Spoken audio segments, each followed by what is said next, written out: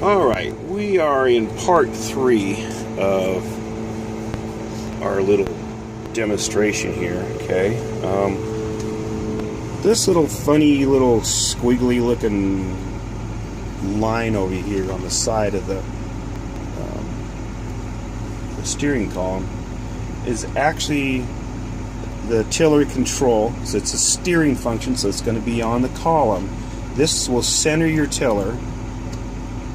Anytime you raise or lower your tiller, it automatically centers it. But if you actually rock this switch forward, it will center your tiller. When it's in the middle position, looking over here, this little icon right here would light up. Looks like we call it a squid. But that's your trailering function. That your tiller will now follow exactly behind your cat, you know, and it'll cut the corners, or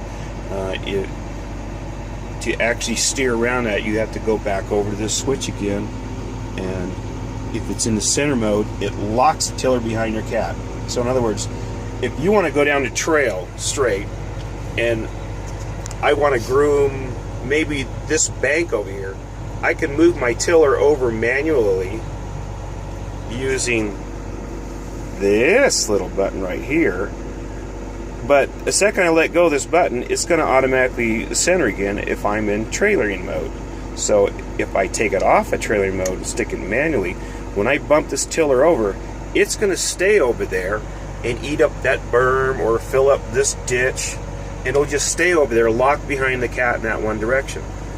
Now, one of the bad things about this is if you hit something with your tiller, there's no relief when you're in that manual lock mode. It will actually, maybe break something or bend something or tear a hose off, or maybe one of them rubber $700 flappy things back there.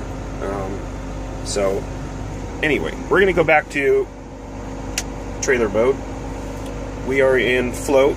This symbol right here is the float symbol. This here means my tiller is on, ready, and active. It's waiting for me to press on the gas pedal.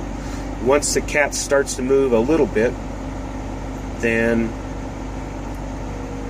it will start saying I'm going to turn. So if I give it just a tiny bit of acceleration right now, see how that other symbol's coming on? It means the tiller is trying to come on right now, but I really don't have enough RPMs to really make it do that. Okay, some of the other functions right here. This right here was how much we want the cutters to dig in. On a scale of 0 to 6, normally we run at about a 2 or 3, or 0 if we're going across gravel and we don't want to leave washboard. These three functions right here, 1, 2, 3, on our particular cat, run auxiliary focus.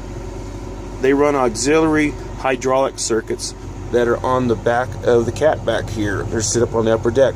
They're for running things like a drag or an Idaho or something like that.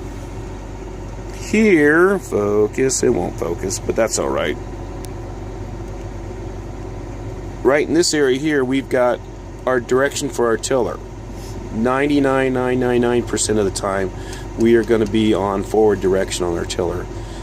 If we are grooming icy slopes going downhill, we might run the tiller in the opposite direction. Okay. These here are our window features. We've got the front windshield.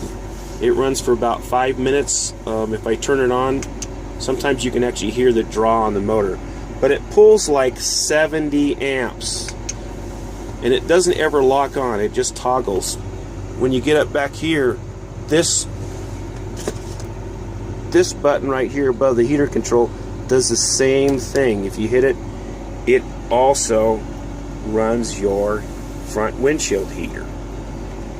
We don't need it. This is your fan override switch right here. You turn that on, it runs the fan on full blast. Doesn't necessarily run the heater on full blast. That's what this dial here is for. You dial in whatever heat you want. Let's turn that back off so it's quiet.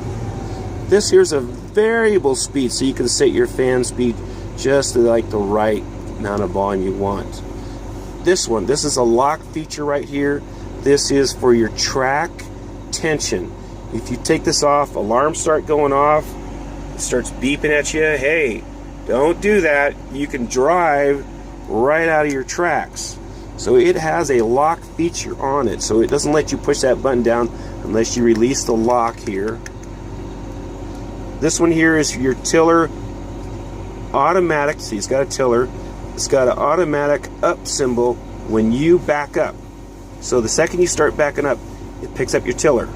When you go forward, it puts it back down again. That's really handy to have. Well, sometimes you're moving trees around and stuff, or you gotta move stuff. Well, on the very front of the joystick here, the top button, that's a tiller cancel. That's what we call it anyway.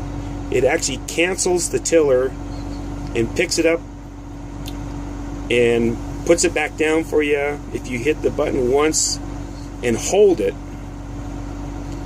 when you let go of the button, it's going to stop the tiller at that position. If you hit it again, either go up or it'll go down, depending on what cycle is. Don't know, don't remember. So you hit it once really quick and it just picks your tiller up. It cancels whatever function. So if you're backing up, it automatically picks up your tiller. As you start to go forward to push on a tree or to move a snowbank or fill in a hole and you don't want your tiller to run, you just tap that button real quick, tap, and that'll pick up and cancel whatever your tiller's gonna got going. So if you back up again and go forward, it's going to try to put that tiller down again. So each time you back up, you have to actually cancel the tiller. Or you go over to this side button right here and just put your tiller all the way up in the air and then just leave it in the middle position. The tiller won't move as you're trying to, maybe you got some work to do. Maybe you got to fill in some drifts or something like that. So it's not that big a deal to just reactivate your tiller. However, if you set your brake right now, I'm going to set my hand brake down here. Look at that knob thing. We turn it on in that position. When the brake is on, it cancels our tiller and it cancels our direction. So even if we go forward, it'll probably just cancel again because our brake's on. Well, actually, it's not doing that. So, but anytime you put the brake on, it's going to cancel your direction. It's going to cancel your tiller.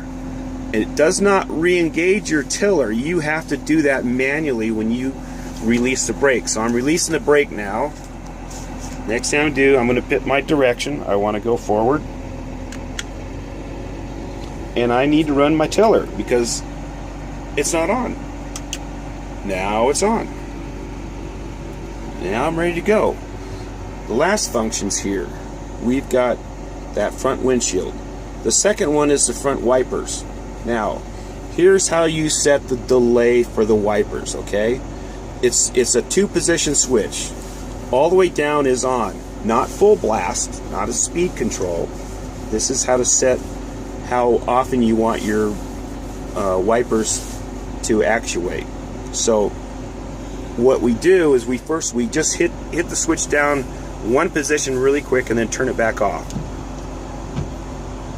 Now we count. So however long you want. 3, 4, 5, 12, up to about 25 to 30. Then you rock the switch back in that position again. So you just turn it on and then back off again immediately. And then what that does, you start your count. When you want it to come back on, you turn it back on again and leave it in that middle position. And lo and behold, that's the duration you get for your wipers. If you go all the way on, it overrides it.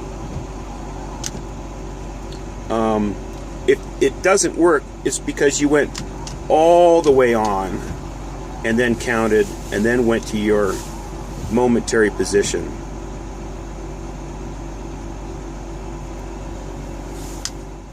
The next one is for the side window defrosters, okay? And then the next one is the rear window defrosters.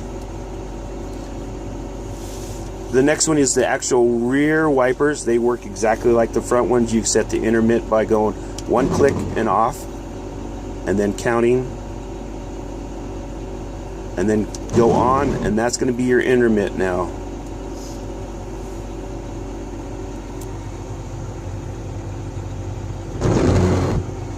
Wahoo. They probably sound better if there isn't anything on. This one right here is a diesel heater. This actually heats the diesel up if it's really, really cold outside. You're having problems keeping it running. It's got a little element on here, looks like a little light bulb or something like that. Our last features right here. This right here is your blade float, front blade float. It has a lock on it. So your buddy gets out to do something in the snow, you can reach over and unlock it and turn it on, and when he gets back in, he'll pick up the blade, and the second he relaxes on the blade, it goes back down again, starts digging holes to China. Probably not the nicest thing to do, but it is a good practical joke one time. So most of the time you run this totally off, because you're not going to be floating your blade. Once you get a really good trail out there established, you can rotate the blade all the way on its back feet, the back end of it, and it's smooth back there on the bottom of the blade. And you can put it in float mode and it drops the blade right down on the snow. You can center it or square it up. Maybe you want one corner a little lower than the other. That's fine. And then you just start bumping a little bit of curl into that blade by this front button on here. You just give it a little bit of curl and it go forward. As you start bouncing that forward a little bit, now you can just skim along. If the trail's nice and firm, it'll just take all the little high spots off the trail. You put too much of the cutters in there, guess what? You're digging to China. And it digs fast. Okay, last things here, we've got a little backup reverse. Lets us give a little siren if we're backing up. It does it automatically. The next one, where up, arrow down, those are turn signals. Left and right. Down is left, up is right. And then the last one's the horn. In case someone's in your way and wanting to move. These last two buttons over here, they've got funny looking, well, that's the symbol that they use for engine control. These right here basically put you in diagnostics mode, and you read engine codes from using these two buttons. Check with your manual. But what it will do is it will actually run these codes out to your engine codes right here. They will flash a sequence of like 3 sets of flashes. Your red codes are nasty, yellow codes are still readable or drivable, and green codes are the nice fun ones. We don't have any codes. It'll tell us right here it's got a code set. We're good. Alright, that basically concludes part 3. We'll go over some of the instrument controls here in part 4. Alright.